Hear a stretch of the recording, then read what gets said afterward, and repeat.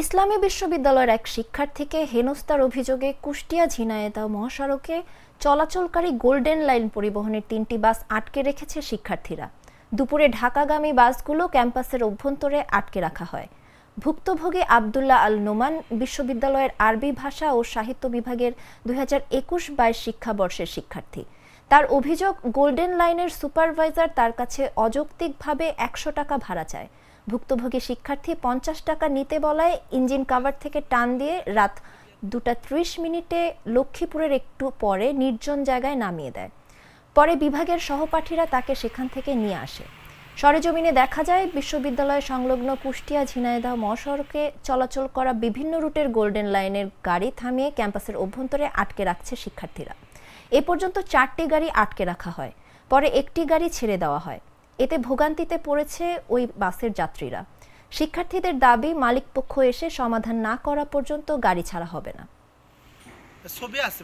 আমি গতকালকে রাত্রিতে ১২টা সাড়ে ১২টার দিকে আমি বনপাড়া থেকে হানিফ গাড়িতে উঠি ক্যাম্পাসে আসার উদ্দেশ্যে।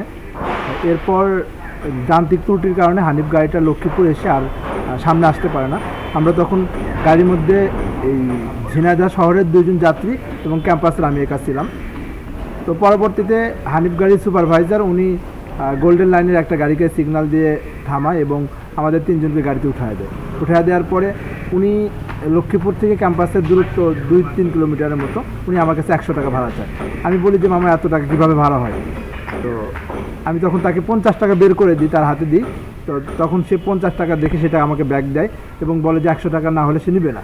আমি বলি যে মামা আমি তাহলে শেখপাড়া গিয়ে ভাড়া দিব, আপনি আমাকে শেখপাড়া পর্যন্ত নিয়ে যান। সে বলে যে না, ১০০ টাকা না দিলে আমি নিয়ে যেতে পারবো না, এখানে নামতে হবে। আমি বলছি যে আমি এখানে নামবো না।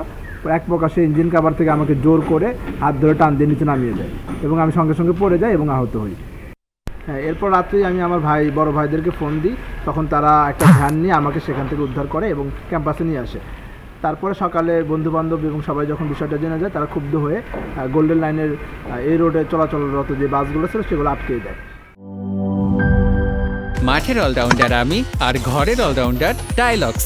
টাইলক্স টয়লেট ক্লিনার, ক্লিন মানেই টাইলক্স।